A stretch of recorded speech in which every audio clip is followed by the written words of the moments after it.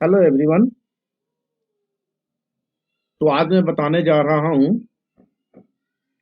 कि कौन सा स्प्लिटर आप अपने नेटवर्क में यूज करेंगे जिससे आपको लॉसेस कम मिले और पावर भी अच्छा इम्प्रूवमेंट हो। तो मैंने कुछ डॉक्यूमेंटेशन बना रखा है, वो मैं दिखाने जाता हूं और उसमें आपको मैं समझाने की कोशिश करूंगा कि कौन सा स्प्लिटर आपके लिए बेटर रहेगा आपके नेटवर्क में यूज करने के लिए। तो अगर आप इस चैनल पे नए हैं तो इस चैनल को लाइक एंड सब्सक्राइब कर देना। साथ में ज्वाइन का बटन भी दे दिया है यूट्यूब ने, तो वहां से ज्वाइन करके आप नेटवर्क की रिगार्डिंग किसी भी तरह की कॉन्फ़िगरेशन या ट्रबल शूट आप वहां से हेल्प ले सकते हैं। तो मैं कुछ डिटेल लिख रखा हूँ स्प्लिटर के रिगार्डिंग, वो मैं आप दिखाने जा रहा हूँ। तो सबसे पहले कौन सा स्प्लिटर बेटर होता है, उससे पहले हम जान लेते हैं कि स्प्लिटर होता क्या है। तो स्प्लिटर एक पैसिव डिवाइस होता है। A fibre optical splitter is a passive device. Passive device का मतलब ये होता है जिसको यूज करने के लिए हमें किसी भी इलेक्ट्रिसिटी यानी करंट की जरूरत ना हो, उसी डिवाइस को हम पैसिव डिवाइस कहते हैं। तो पैसिव डिवाइस आप समझ जाना, हमेशा स्प्लिटर एक पैसिव डिवाइस होता है जिसे हमें यूज करने के लिए कोई भी करंट की जरूरत नहीं होती है। तो a fibre optical splitter is a passive device that split the the fiber optic lies into the several parts a certain ratio। तो ये एक ऐसा डिवाइस होता है जो एक वेव लेंथ को सर्टेन रेशियो में अलग अलग इनपुट अलग अलग पोर्ट से वो बाहर निकालता है। यानी अगर 1:4 का है लगा हुआ है स्प्लिटर, तो हम अगर उसके अंदर 100 का पावर दे रहे हैं एज पर एग्जाम्पल, तो वो क्या करेगा, कुछ लॉसेस को रहने के बाद वो 25% हर एक पोर्ट से आउटपुट करेगा। मैं समझाता हूँ एग्जाम्पल के through. For example, when a beam of optical fibre optic light is transmit from A 1:4 equal ratio splitter, it will be divided into 4 fibre optic light y equal ratio. तो जो भी output निकालेगा सभी का ratio equal रहेगा। मतलब 1:4 अगर splitter use कर रहे हैं तो अगर हम पावर जो भी देंगे और वो पावर को माइनस कर देने के बाद जो एक स्प्लिटर का लॉस होता है उसको माइनस कर देने के बाद सभी ऑप्टिकल फाइबर यानी सभी इन आउटपुट वाले पोर्ट से वो इक्वल फाइबर निकालेगा। इच बीम इज 1/4 और यानी 20% ऑफ द ओरिजिनल सोर्स, यानी जहां से मुझे मिल रहा है वहां से इनपुट जो भी मिलेगा उसका 20% यानी 25% हर एक पोर्ट से वो बाहर निकालेगा। A fibre optical splitter is different from WDM। ये WDM से डिफरेंट होता है। WDM can be divided the different wavelength optical fibre optic light into different channel. Fiber optical splitter divided the light power and send it to the different channel। तो WDM को मैं समझा देता हूं। WDM क्या करता है कि जैसे मैंने अपने यहाँ एक OLT लगा लिया और साथ में मुझे अपना केबल टीवी भी चलाना है, तो OLT से मैंने एडफा भी कनेक्ट कर दिया और मैं अपना जो एम्पलीफायर है उसको भी मैं एडफा से कनेक्ट कर दिया। दोनों चैनल वहां पे दोनों वेवलेंथ मिक्स हो गया। कौन कौन सा वेवलेंथ? 1490 और 1550 दोनों मिक्स हो गया। वो मिक्स हो जाने के बाद फिर आउटपुट जो निकलेगा वो मिक्स में ही निकलेगा। तो जहां पे भी मुझे दोनों को डिफरेंट करना है 1490 को और 1550 को, वहां पे हम लोग WDM का यूज करते हैं। तो WDM क्या करता है, वेवलेंथ के अकॉर्डिंग डिवाइडेड करता है हर एक आउटपुट से, और जो हमारा स्प्लिटर है वो रेशियो में हमेशा इक्वल रेशियो में डिवाइडेड करता है ऑल वेवलेंथ को। जितने भी वेवलेंथ आएंगे उस सबको डिवाइड कर देगा, चाहे उसके अंदर 1450 आए, ये सॉरी 1490 आए, 1310 आए या 1550 आए, जो भी वेवलेंथ आएगा उसको इक्वल पार्ट में वो डिवाइड कर देगा। और WDM क्या करेगा, वो वेवलेंथ को डिवाइड कर देगा। तो आप WDM और स्प्लिटर में कंफ्यूज नहीं होना है, इसलिए मैंने WDM को यहाँ पे लिख दिया था। देन आपको मैंने ये बता दिया कि स्प्लिटर क्या होता है। स्प्लिटर एक तरह का पैसिव डिवाइस है जो कोई भी वेवलेंथ को इक्वल पार्ट में डिवाइड करता है हर एक आउटपुट पोर्ट से। तो ये समझ जाने के बाद मैं आपको अब एक पिक्चर दिखाता हूँ। जैसे ये मैंने ये OLT यहाँ लगा लिया और मैंने इसको यहाँ से एक वेवलेंथ निकला 1490 और यहाँ से ये ONT की तरफ से वेवलेंथ आ रहा है 1310। अब मैंने यहाँ पे एक स्प्लिटर लगा दिया 1:4 का, लिख रखा है मैंने 1:4। और यहाँ से जो इनपुट गया है वो सिंगल में गया है और आउटपुट कितने निकले हैं, 1 2 3 4। तो ये 4 आउटपुट यहाँ से निकला है। तो ये जो 4 आउटपुट निकला है ना, ये हम सब इक्वल पार्ट में निकला होगा, मतलब कोई भी कम नहीं कोई भी ज्यादा नहीं। हाँ, अगर कभी स्प्लिटर खराब हो या इसके अंदर जो ज्वाइंट हुआ हो स्प्लिटर का वो डैमेज हो चुका हो किसी पोर्ट का, तो वो वहां पे डिफरेंट निकल सकता है। अगर वो सही है तो सब भी इक्वल पार्ट से निकालेगा। तो इस तरह से ही ये स्प्लिटर काम करता है। ये एक तरह का ज्वाइंट होता है, ये जो है ये एक ज्वाइंट होता है। यहाँ पर मैंने बड़ा स्प्लिटर लिख रखा है, वो एक ज्वाइंट होता है जो यहीं पे लॉसेस काउंट करता है। कि मैंने एक फाइबर लिया और इस फाइबर को 4 पार्ट में डिवाइड किया तो 4 ज्वाइंट होगा। तो इसी तरह से यहाँ पे कुछ लॉसेस होते हैं, वो लॉसेस चार्ट मैंने बना रखा है, मैं आपको लास्ट में दिखाऊंगा। तो आप को मैंने स्प्लिटर समझा दिया और उसका एग्जांपल भी बता दिया। देन मैं आपको बताने जा रहा हूं कि स्प्लिटर कितने टाइप के होते हैं और कौन सा स्प्लिटर यूज करना है अपने नेटवर्क में, ताकि आपका नेटवर्क में लॉसेस की जो कमी है या लॉसेस जो बढ़ चुका है उसे कम कर सके और अपने नेट को अच्छे से और अपने नेटवर्क को अच्छे से चला सके। तो ये 2 तरह के होते हैं। From a technology standpoint, there are 2 commonly used type of optical splitter: FBT fused biconical taper and PLC planar light wave circuit। 2 तरह के होते हैं। अब दोनों में डिफरेंट क्या है वो मैं आपको अब नीचे बताने जा रहा हूं। तो सबसे पहले डिफरेंट देख लेते हैं, बहुत ही बड़ा डिफरेंट है। आप ये डिफरेंट अगर मालूम चल गया तो आप अपने नेटवर्क में सही स्प्लिटर का चुनाव करोगे, सेलेक्ट करोगे और अपने नेटवर्क को बेटर चलाओगे। तो सबसे पहले वेवलेंथ रेंज के बारे में जान लेते हैं। तो यहाँ वेवलेंथ देख सकते हैं क्या सपोर्ट करता है, 1260 से 1650 तक। ये इसके अंदर जो भी वेवलेंथ होगा PLC वो सपोर्ट करेगा। इसका जो भी वेवलेंथ होगा PLC सपोर्ट करेगा। और FBT स्प्लिटर क्या सपोर्ट करता है, यहाँ सेलेक्टेड वेवलेंथ यहाँ इस पे सपोर्ट करता है। एक करता है 1850, 1310, 1490 एंड 1550। तो ये यहाँ पे सेलेक्टेड वेवलेंथ यूज करता है। तो देख सकते हैं वेवलेंथ रेंज मैंने बता दिया कि यहाँ पे कौन सा यूज होता है, ये सपोर्ट करता है और यहाँ कौन सा सपोर्ट करता है। स्प्लिटर रेशियो, तो यहाँ स्प्लिटर रेशियो आप हमेशा कंफ्यूज नहीं होना PLC और FBT पे। PLC जो भी निकालता है वो इक्वल पार्ट में निकालता है, यानी मैंने जो भी उसको इनपुट दिया है वो सभी आउटपुट पोर्ट से इक्वल पार्ट में निकालेगा। Equal splitter ratio for all branches, मतलब ब्रांचेज मतलब आउटपुट पोर्ट को मैं ब्रांचेज बोल रहा हूँ।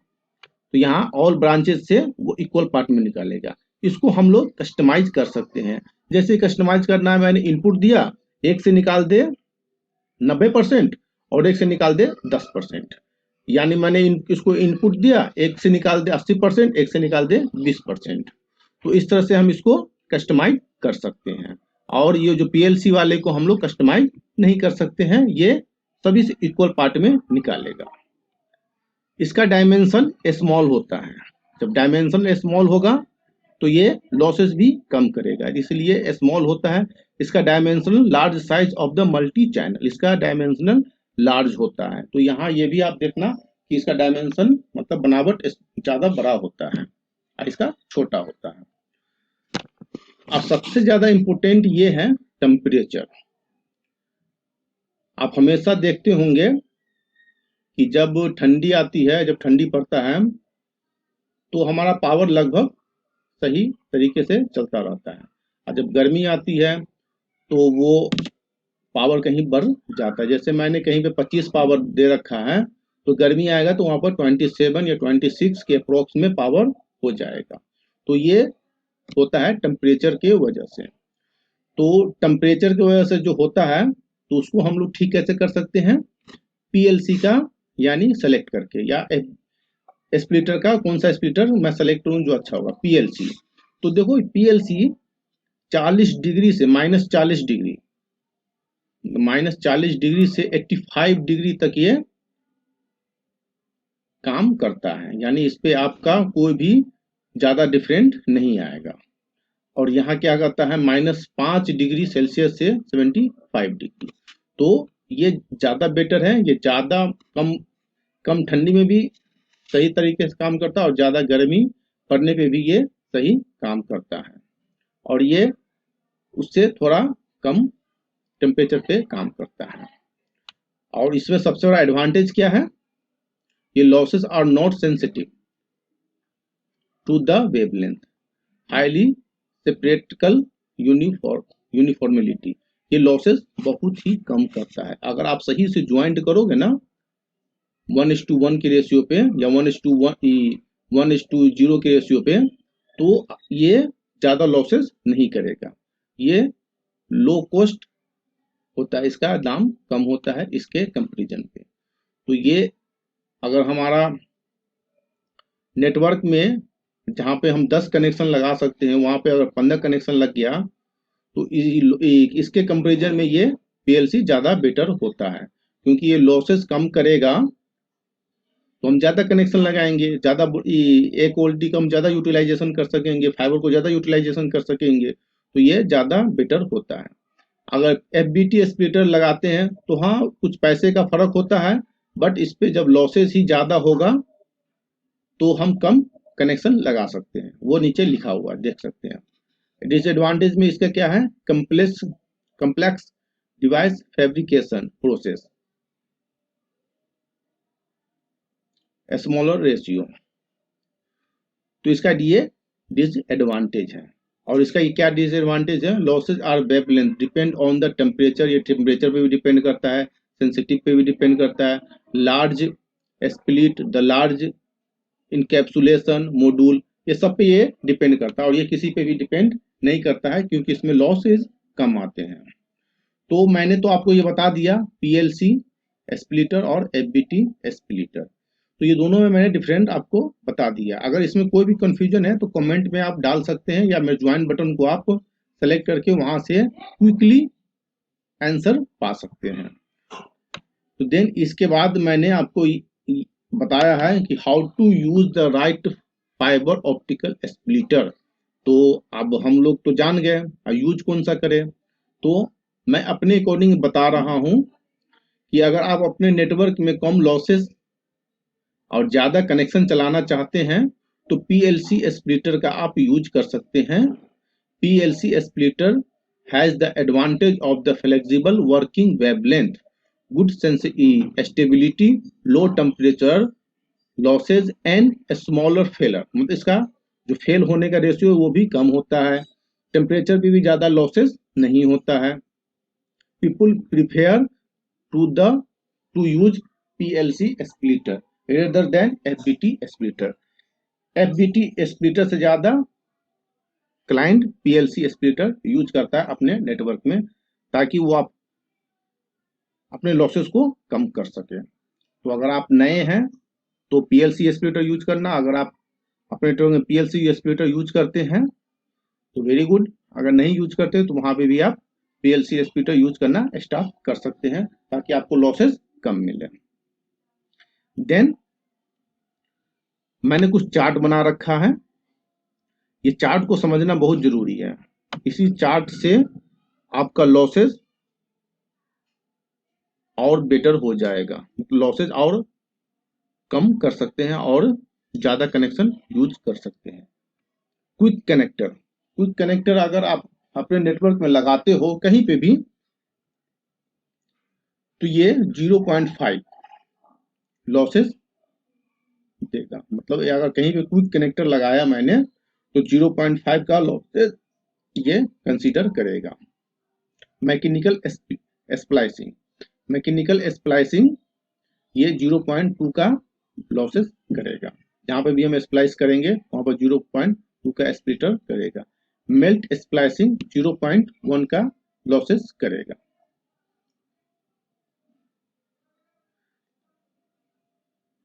मूवेबल कनेक्टर, जहां पे भी हम कनेक्टर का यूज करेंगे वहां पे 0.3 का लॉसेस करेगा।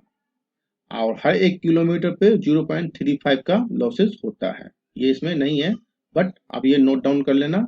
अगर नहीं कुछ भी इसमें अगर डाउट आपको लग रहा है तो आप कमेंट में डाल सकते हैं। अब यहाँ पे स्प्लिटर आया, तो अगर आप अपने नेटवर्क में 1:64 का स्प्लिटर लगाते हैं तो प्लस 20.5 लॉसेस करेगा आपके नेटवर्क में। 1:34 का अगर लगाते हैं तो 17 का लॉसेस देगा। 1:16 का लगाते हैं तो 13.8 का लॉसेस देगा। 1:8 का अगर लगाते हैं तो 10.6 का लॉसेस आपके नेटवर्क में आएगा। 1:4 का लगाते हैं तो 7.5 का लॉसेस करेगा। 1:2 का लगाते हैं तो 3.8 का लॉसेस करेगा। तो ये मैंने सिर्फ आपको चार्ट बताया है। अगर इस का कैलकुलेशन जानना चाहते हैं तो कमेंट में डाल सकते हैं और ज्वाइन बटन से भी आप वहां से हेल्प ले सकते हैं।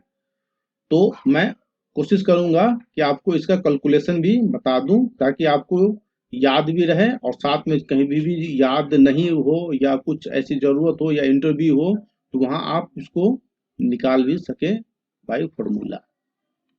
तो ये मैंने सिर्फ चार्ट दिया है, चार्ट को भी याद कर सकते हो और नहीं तो आप फॉर्मूले से भी निकाल सकते हो। तो आपको मैंने स्प्लिटर तो बता दिया कौन सा यूज करना है, पीएलसी स्प्लिटर यूज करना है।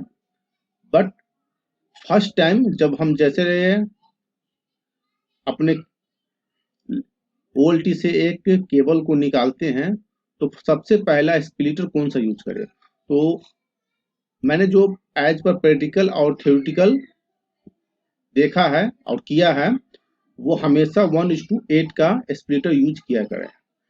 1:8 का स्प्लिटर यूज करेंगे तो लॉसेज भी कम होगा और आपको 8 ब्रांचेज में ले जाने का तरीका भी हो जाएगा। मतलब हम 1:8 का यूज करें तो हम 8 डायरेक्शन में अपने नेटवर्क को ले जा सकते हैं और उन सभी में अगर हम 8 का भी यूज कर दें तो हम एक नेटवर्क में 64 कनेक्शन आसानी से चला सकते हैं। तो इसलिए हमेशा आप पहला स्प्लिटर 1:8 का ही लगाया करना ताकि आपका रास्ता ज्यादा हो सके और ज्यादा कनेक्शन आप यूज कर सके और कम लॉसेस पे काम कर सके। तो ये मैंने स्प्लिटर के बारे में आपको बताया है। अगर इसमें कोई भी डाउट हो या कोई भी ऐसा कंफ्यूजन हो या कुछ भी मिस्टेक हो तो मुझे आप कमेंट में बता सकते हैं और या पूछ सकते हैं।